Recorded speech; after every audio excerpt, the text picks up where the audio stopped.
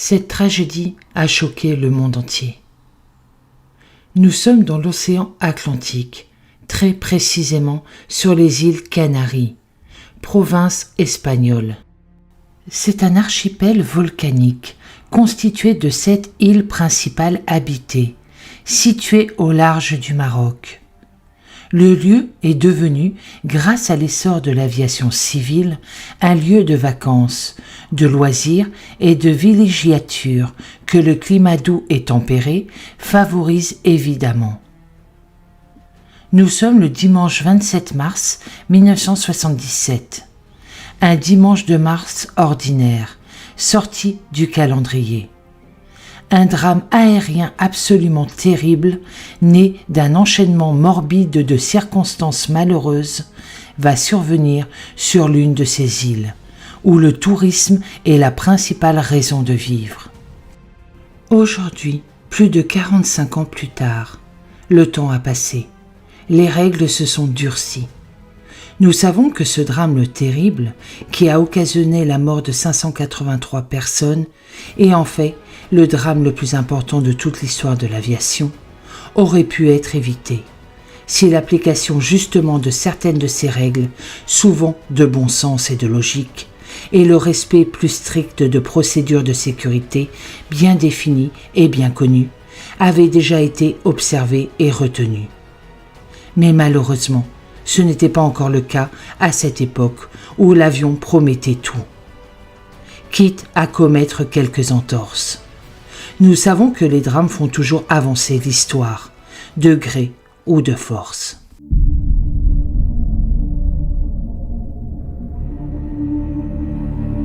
Revenons donc, ci-dessous, sur les faits tels qu'ils se sont déroulés ce jour-là, sur le petit aéroport de Los Rodeos, desservant l'île de Tenerife, la plus grande de ces 7 îles sœurs.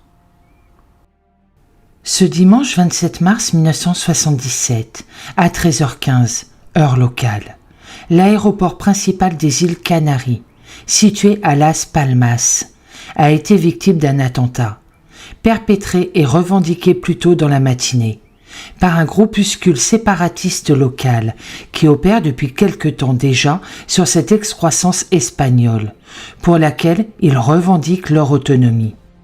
Ce n'est d'ailleurs pas spécifique à l'Espagne dans ces années-là.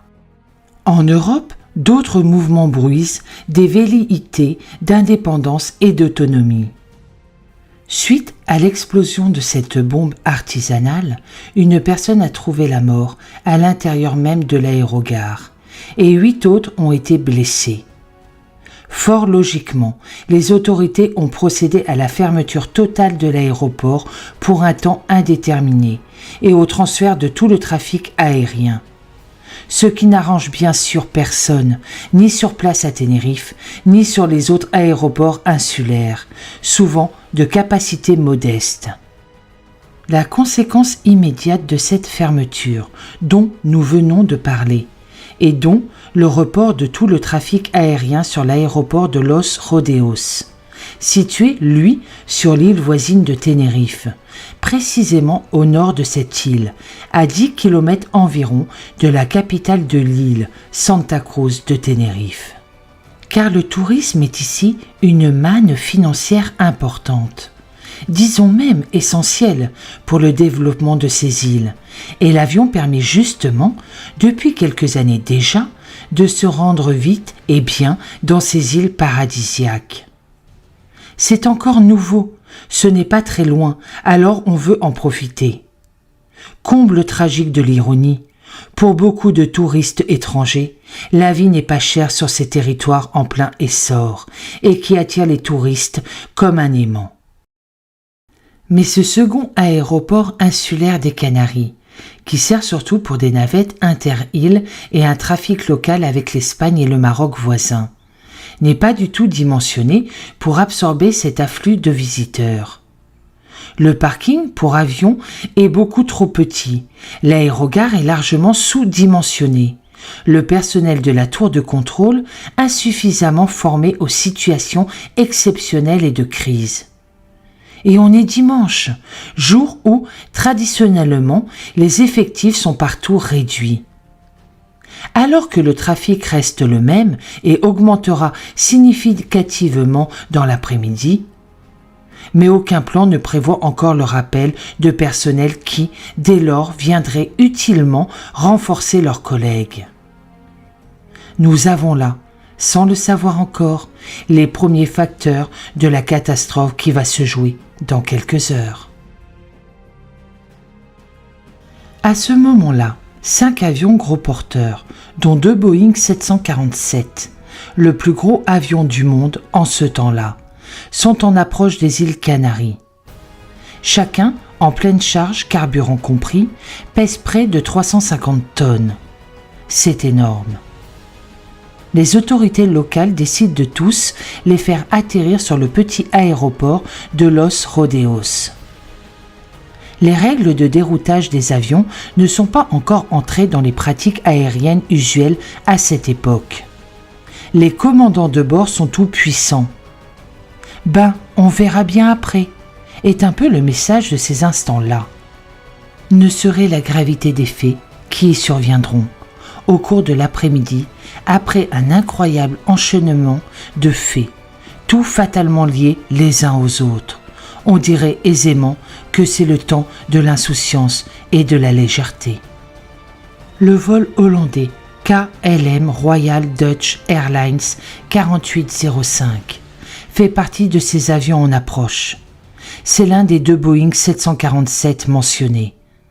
C'est un magnifique oiseau du ciel, baptisé Rhin, qui fait la fierté de toutes les compagnies nationales à travers le monde. Le commandant de bord, Jacob Veldunzen van Santen, 50 ans, est un monstre sacré de la compagnie. Il pilote, seul maître dans les cieux, mais aussi dans les directives et les relations avec les contrôleurs aériens. Un de ces Boeing 747, celui-ci étant un 747-200, flambant neuf, avion de transport de masse très capacitaire.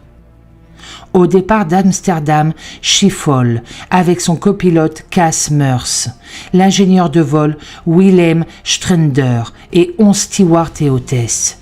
Il a embarqué 234 passagers et leurs bagages qu'il doit amener sous le soleil des îles Canaries. Ils sont donc 248 à bord. C'est plutôt un vol de routine, d'une durée de 4 heures et 45 minutes. La distance à couvrir n'étant pas grande, 3200 km. Dans la dernière phase du vol, le commandant de bord est informé du déroutage de son appareil vers Los Rodeos, sur l'île de Tenerife, au lieu de celui de Las Palmas. Non, ici KLM 4805, est-ce que vous me recevez? Nous sommes au niveau 350, demandant l'autorisation pour l'approche. KLM 4805 Lando, l'aéroport est fermé. Déroutez-vous sur Los Rodeos via le VOR de Tenerife. Descendez au niveau 250. Ah, j'ai le sang venir. Je suis attendu ce soir, j'ai un dîner important et je vais le rater. Descendez au niveau 250. Initialement, il souhaitait rester en l'air, en position d'attente, pour s'économiser un atterrissage puis un redécollage, et donc du carburant.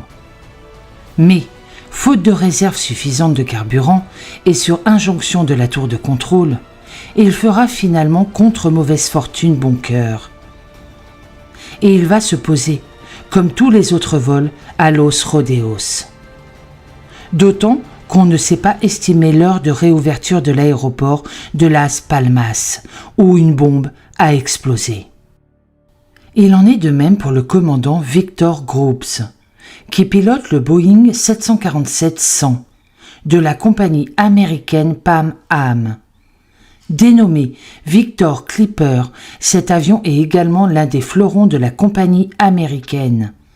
Il effectue le vol Pan Am 1736 de Los Angeles à Las Palmas, avec une escale à l'aéroport international John Fitzgerald Kennedy de New York. Son avion est plein, puisqu'il compte, outre les 16 membres d'équipage, 380 Américains, dont une majorité de touristes. Mais pas que. Notons, et c'est important à ce stade du récit, qu'à cette époque-là, les vols transcontinentaux étaient encore peu nombreux et exclusivement réservés à des avions quadri-réacteurs gros porteurs. C'est pour cette raison qu'il était presque toujours plein. Lui aussi avait exprimé le souhait de rester un moment en l'air, pour les mêmes raisons sans doute que son homologue hollandais. Mais lui aussi sait que ses réserves de carburant ne lui permettront sans doute pas de tenir bien longtemps, d'autant que ces ronds dans le ciel sont énergivores. Car à ce stade-là, confirmation est donnée à tous les avions qu'aucun horaire n'a encore été annoncé pour la réouverture de l'aéroport de Las Palmas. Dans l'aéroport régional de Los Rodeos, les avions nouvellement arrivés s'empilent donc à qui mieux. En attendant une décision de réouverture de l'aéroport de Las Palmas, qui, décidément, tarde à venir. Les deux gros porteurs américains et néerlandais s'ajoutent, dans une belle cacophonie, aux avions régionaux déjà en service. Le parking avion trop peu capacitaire de cet aéroport déjà ancien est très vite saturé et les avions en surnombre commencent à se garer sur le taxiway. Cette voie latérale de service et de manœuvre se trouvant accolée à la piste unique de l'aéroport, qui permet aux avions d'aller d'un bout à l'autre, sans occuper indûment et à vitesse lente la piste à laquelle ils accèdent par des bretelles de jonction coniques. C'est ainsi dans tous les aéroports du monde, pour la conception mais pas pour le stationnement. On ne circule pas sur la piste d'envol et d'atterrissage pour aller se positionner. C'est une règle d'or. Mais ici, ce jour-là, contrainte obligeant, elle ne sera pas respectée, mais pas contrôlée non plus. Et ce sera là, malheureusement, la seconde raison de la terrible catastrophe qui va survenir. Une autre cause de la catastrophe, la troisième donc, météorologique, celle-ci va, elle aussi, apparaître très vite sur place et pendant longtemps, hanter les esprits.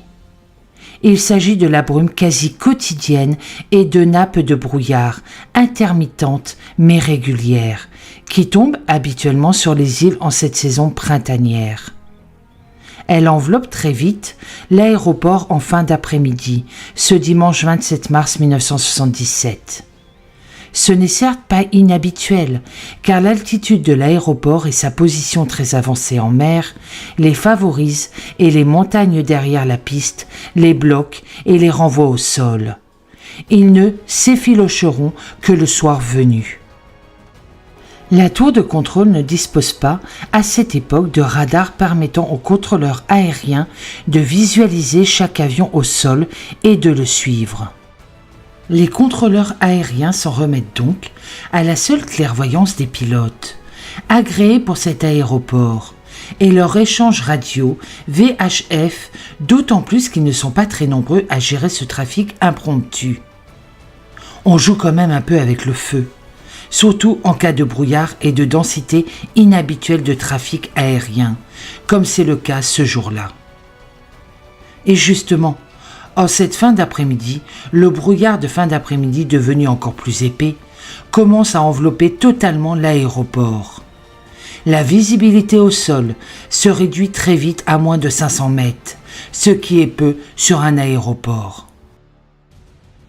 Finalement, en fin d'après-midi, les autorités rouvrent l'aéroport de Las Palmas au trafic international. C'est peut-être précipité, cela le serait à tout le moins actuellement, mais c'est une décision souveraine des autorités espagnoles d'alors. Une noria de vol venant de tous les aéroports, dont celui de Los Rodeos, qui a servi d'aéroport de substitution et de délestage, va donc s'effectuer dans peu de temps. Et en priorité, il faut faire décoller les deux mastodontes, les deux Boeing 747, de la KLM et de Pan Am. À bord des deux avions se trouvent réunis 644 passagers et membres d'équipage. Le commandant de bord du Boeing 747 de la Pan Am, Victor Grubbs, est prêt à aller se positionner en bout de piste pour pouvoir décoller. Car à l'inverse des autres avions, il lui faut, au vu de son gabarit et de son poids, toute la longueur de la piste pour pouvoir s'élever dans les airs. Et c'est pareil pour le Boeing 747 de la KLM. Par comble de malchance, il ne peut pas emprunter le taxiway, bloqué par le Boeing 747 de la KLM, justement, et dont le commandant de bord Jacob van Zanten a décidé au dernier moment de faire un complément de kérosène. Il redoutait, à juste raison, une grosse perte de temps à l'avitaillement de Las Palmas, d'où beaucoup d'avions repartiront vers le continent européen après leur escale. Cela nécessiterait de refaire du carburant. Alors malin, il anticipe. Notons que cette décision forte est unilatérale et perturbe encore plus l'organisation du trafic aérien, déjà bien fragilisé. Et le complément de plein de son Boeing, qui est un gros porteur, va engendrer un retard de 35 minutes sur la chronologie des décollages, car il bloque tout le monde, tant que le camion-citerne ne l'a pas délivré. Et il est garé en travers du taxiway, et le camion-citerne gêne tout le monde. Ajoutons de surcroît une cause en engendrant une autre, sa crainte de ne pouvoir rejoindre Amsterdam le soir même, en raison des durées de vol maximales désormais imposées aux équipages aéronautiques. À ce sujet, il avait même pris l'attache de la compagnie néerlandaise à Amsterdam, pendant l'escale forcée de Tenerife, et sa conviction était faite. Il lui fallait repartir aussi vite que possible pour ne pas se voir imposer pour cette raison une nuit d'attente à Las Palmas.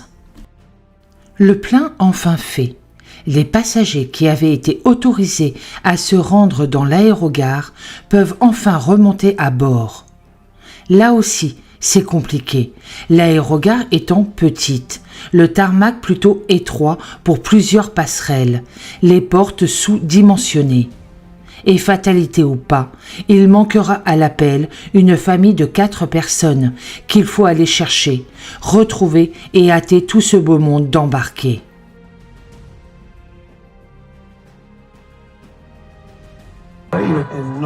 J'ai été les chercher, et ça, je ne me le pardonnerai jamais. Si je ne les avais pas trouvés, ils seraient encore en vie aujourd'hui.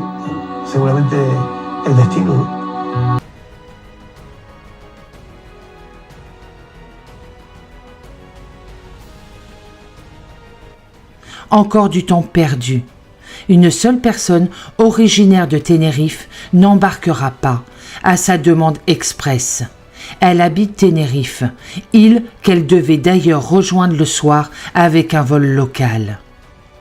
Imaginons un instant la situation. Un petit aéroport saturé, des avions nombreux, de gabarits différents, tous prêts à redécoller dès le feu vert donné. Des commandants de bord énervés et stressés, l'un d'entre eux en particulier. Du brouillard qui s'intensifie, des passagers excédés et énervés, pressés d'arriver enfin à destination. Une tour de contrôle à l'effectif réduit, sans doute dépassée et surtout des règles et procédures trop souples et peu fiables. De l'espagnol à l'anglais, parfois approximatif, les échanges radio sont sujets à caution. Nous avons là le cocktail parfait de la terrible catastrophe qui va se produire. Ça y est enfin, Le commandant de bord du Boeing 747 de la KLM, Jacob Van Zanten, a réussi à amener l'avion à vitesse réduite comme c'est prévu, en bout de piste, utilisant pour cela la piste unique. Au bout, il opère un demi-tour complet, serre ses freins et est enfin prêt à décoller. Juste derrière lui est prévu le Boeing 747 de la Pan Am. Le commandant de bord, Victor Groups, est aux manettes. Le choix est logique, l'aéroport de Los Rodeos se délestant ainsi de ses deux plus gros avions du jour. Ce Boeing américain qui, au départ, devait prendre le taxiway latéral pour aller se placer derrière le Boeing 747 de la KLM, sans le gêner, va être contraint, bien malgré son commandant de bord, de rouler un moment sur la piste principale pour tenter de rattraper le taxiway à l'avant-dernière bretelle de jonction entre la piste principale et le fameux taxiway, toujours encore encombré par d'autres avions. C'est une demande des contrôleurs aériens. Ce sera l'avant-dernière cause directe du drame, la plus lourde de conséquences dramatiques. Celle-ci aurait permis encore d'éviter le drame. Mais non, rien décidément ne se passe comme prévu.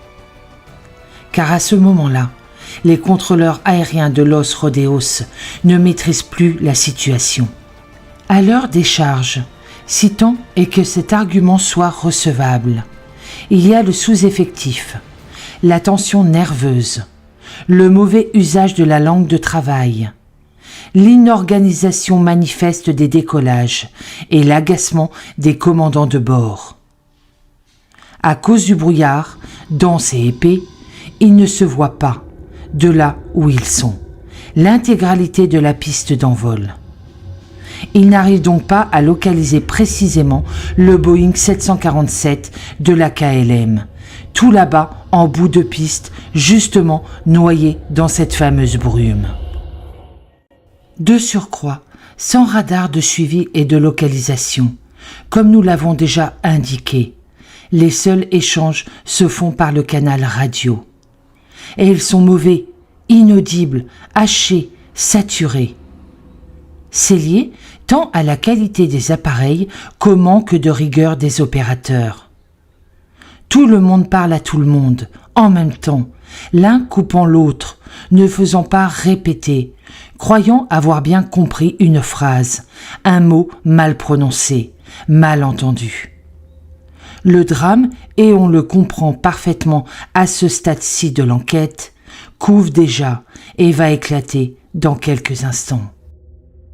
Croyant avoir obtenu le feu vert pour décoller, lors de l'échange radio VHF, largement imparfait entre son copilote et le contrôleur aérien, le commandant de bord du Boeing 747 de la KLM desserre les freins et lance l'appareil pour le décollage. La puissance des 4 moteurs est au maximum et la vitesse augmente vite. On va atteindre très rapidement les vitesses V1, vitesse dite de décision et donc limite ultime de non-décollage, où il pourrait encore s'arrêter.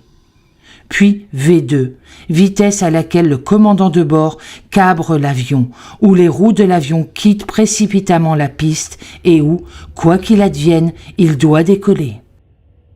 Mais à ce moment précis, le commandant de bord du Boeing 747 de la Pan Am, Victor Groups, fait encore évoluer son aéronef à vitesse réduite, sur la piste principale, à contresens de l'autre avion donc. Puisqu'il n'a pas encore pu atteindre la 3e bretelle de jonction qui lui avait été indiquée, courte bretelle qui lui permettrait de sortir enfin de la piste.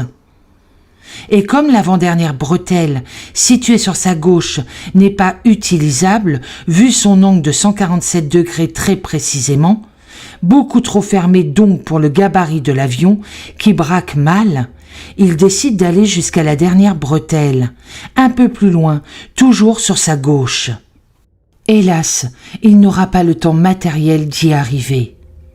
Le destin tragique des deux appareils, roulant l'un en face de l'autre, sur la seule piste de cet aéroport est déjà scellée à ce moment-là.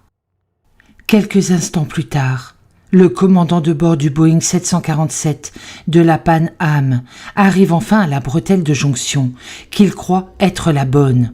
Enfin, la 4e et dernière donc, qu'il aperçoit sur sa gauche et qu'il s'apprête à la prendre. Logiquement, il doit se trouver à 800 mètres du Boeing 747 de la KLM, toujours stationné, selon lui du moins, en bout de piste. Et au même instant, une vision d'horreur se dresse devant lui. Le Boeing 747 de la KLM sort brusquement du brouillard. Au loin, phare directionnel avant allumé, venu de nulle part, et fonce sur lui. Sa vitesse au-delà de V1 est déjà de 185 km à l'heure.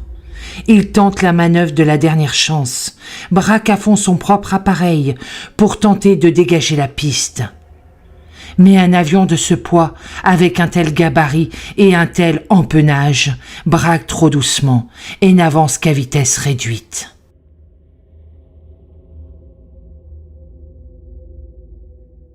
S'ils n'étaient pas rassurés, tous les trois, par la multiplicité des échanges radio VHF, de mauvaise qualité audio et le comportement du commandant de bord néerlandais, ils comprennent en une fraction de seconde qu'ils ne s'étaient hélas nullement trompés. Le commandant de bord tente le tout pour le tout, met plein gaz sur les 4 moteurs, donnant une impulsion à l'avion qui commence à rouler avec le train avant sur l'herbe. À gauche de la piste, mais il n'ira pas plus loin. Le commandant de bord du Boeing 747 de la KLM, Jacob Van Zanten, et son copilote Klaas Meurs ont eux aussi aperçu l'autre avion presque face à eux. À cet instant, ils sont à près de 270 km à l'heure, ayant dépassé la vitesse V2. Le commandant de bord tente lui aussi la manœuvre de la dernière chance, fait rugir ses 4 moteurs, qui sont déjà pleine puissance, et tente de soulever l'appareil pour gagner quelques mètres d'altitude. Il y réussit partiellement seulement, provoquant un frottement de 22 mètres de la queue arrière de l'appareil, trop cabré, et le choc effroyable se produit. Le train avant du Boeing 747 de la KLM percute fatalement le flanc droit de l'autre Boeing qui l'éventre, déchirant une grande partie du fuselage. Les passagers du Boeing américain voient avec effroi les cloisons s'ouvrir largement, le toit disparaître, le plancher sur lequel ils étaient assis l'instant d'avant s'effondrer, l'aile gauche et les réservoirs de carburant qui y sont contenus s'enflammer en une seconde. Le brasier prend instantanément. C'est l'horreur absolue.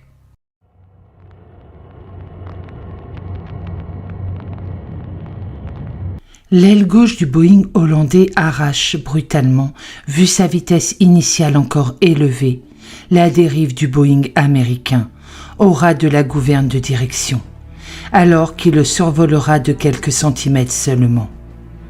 Ayant, de fait, perdu une grande partie de sa puissance, retenu par l'avion américain, un instant enchevêtré sous lui, le Boeing 747 néerlandais s'élève très légèrement et retombe lourdement juste derrière le Boeing américain. Ils s'embrassent instantanément, le choc ayant fait s'enflammer tous les réservoirs. Il n'y aura aucun survivant parmi les 248 personnes composant l'équipage et les passagers. Le Boeing 747 de la Pan Am se trouve à l'arrêt, moteur arraché ou détruit, désarticulé entre le bord de la piste et la bretelle de jonction. Néanmoins, quelques passagers arriveront à s'en extraire, ainsi que le commandant de bord, Victor Groups, qui se trouvait aux commandes dans le cockpit, et les membres d'équipage qui s'y trouvaient également. Ils étaient en effet à l'endroit le plus avancé de l'appareil, le nez en somme, endroit non directement impacté par le choc latéral.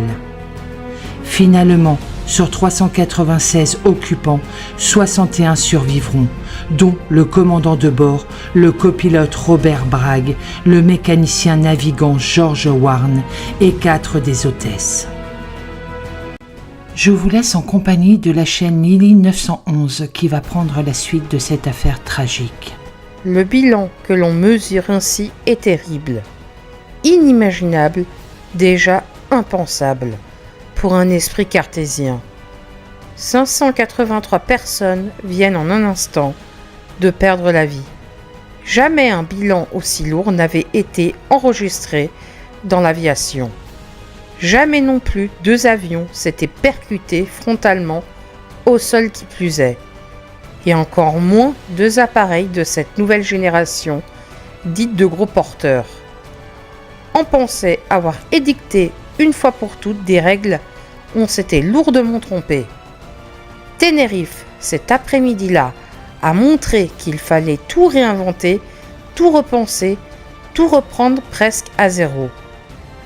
La puissance du feu et la chaleur dégagée par l'incendie qui fait rage, les 2 avions étant chargés de kérosène, dissipent instantanément le brouillard sur un rayon d'1 kilomètre environ. Insuffisant cependant pour que, de la tour de contrôle, on se rende rapidement compte de quelque chose. Quand les contrôleurs aériens se rendront enfin compte plusieurs minutes plus tard de l'étendue du drame qui vient de se jouer, ils ne pourront rien faire. Ont-ils fait preuve de suffisamment d'autorité ce jour-là, face à un afflux d'avions et d'équipages internationaux dont chacun revendiquait légitimement quelque chose? Ont-ils appliqué les procédures prévues à la lettre?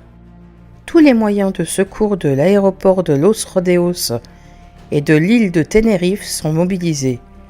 Si un hôpital San Juan de Dios se trouve à proximité immédiate, car il est situé entre l'aéroport et la ville de San Cristobal, il n'y a plus rien à faire malheureusement. Si ce n'est de prendre en charge les 61 rescapés, tous très choqués et certains souffrant de brûlures et de blessures diverses. Des moyens de secours et d'aide sont acheminés des îles voisines et même d'Espagne.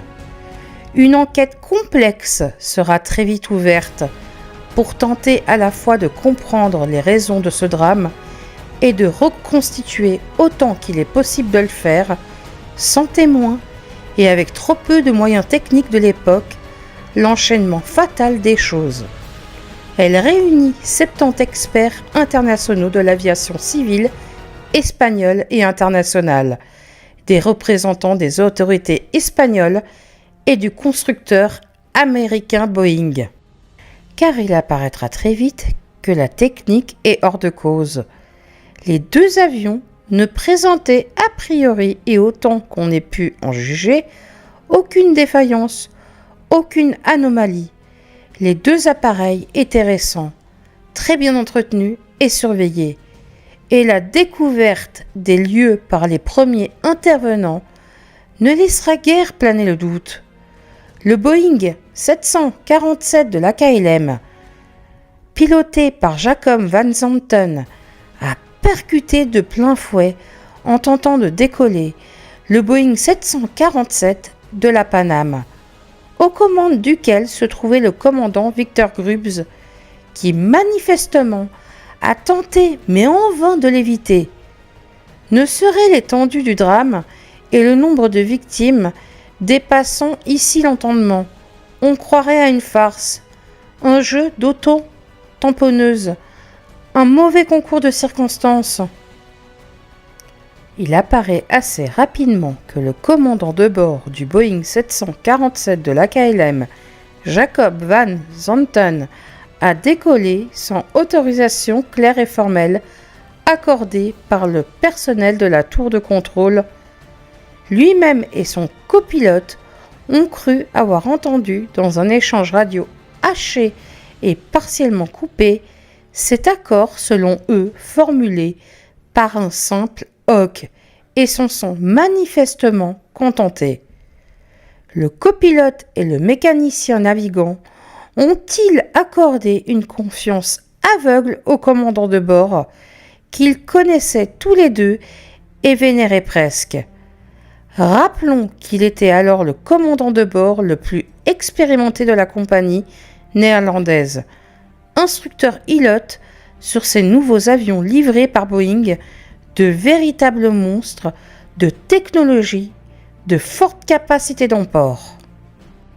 Quant au commandant de bord du Boeing 747 de la Pan Am, Victor Grubbs, a-t-il vraiment bien compris, toujours dans ses échanges radio, VHF chaotiques non répétés, peu audibles, les consignes de descente vers le point d'envol? Qui a pu d'ailleurs l'envoyer par la piste principale, l'inciter à prendre sur sa gauche une bretelle impossible d'accès pour ce type d'avion? Les mots exacts ont-ils été correctement prononcés, correctement compris, répétés si besoin? La présence de l'avion de la AKLM lui a-t-elle été signifiée et l'a-t-il correctement et entièrement entendu?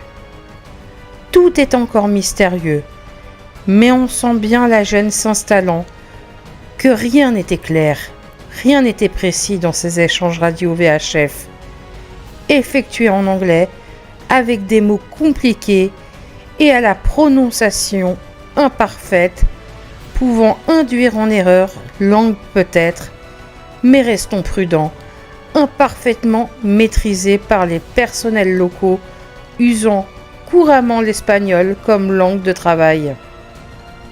La catastrophe est donc due à un enchaînement fatal et irrémédiable de circonstances qui, isolément, ne sont pas graves en soi et ne sont pas porteuses de conséquences, mais qui, une fois réunies, échaînées, provoquent des drames tels que celui-là. En conclusion, des recommandations sévères ont été faites par l'Organisation internationale de l'aviation civile.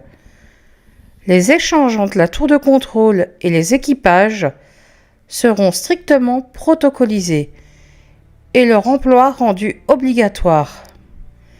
Il en sera de même entre le commandant de bord et le copilote, plus le mécanicien navigant, tant qu'il y en aura à bord, avec des procédures de cockpit, mangements clairs et obligatoires. L'autorité aussi du contrôleur aérien sera rehaussée et deviendra incontournable. Quant à l'aéroport de Los Rodeos, ici incriminé, s'il a déjà été victime d'un premier drame en 1972, avec les 155 victimes du vol Spantax à destination de Munich en Allemagne, qui s'était écrasé au décollage à cause du brouillard, il sera encore une fois marqué par la fatalité. En effet, un autre accident aérien tout aussi dramatique surviendra sur le vol 1008 d'An Air en 1980, en provenance de Manchester, en Grande-Bretagne. Cette fois-ci par non-respect flagrant par l'équipage des procédures d'atterrissage et fera 146 victimes. Quelques années plus tard, l'aéroport de Los Rodeos sera enfin équipé d'un radar et sera surtout doublé par un aéroport flambant neuf construit dans la partie sud de l'île, l'aéroport international Reine-Sophie, capable lui d'absorber ces trafics touristiques à la croissance exponentielle. Des monuments mémoriels ont été érigés sur place et à Amsterdam en mémoire des nombreuses victimes de ce crash.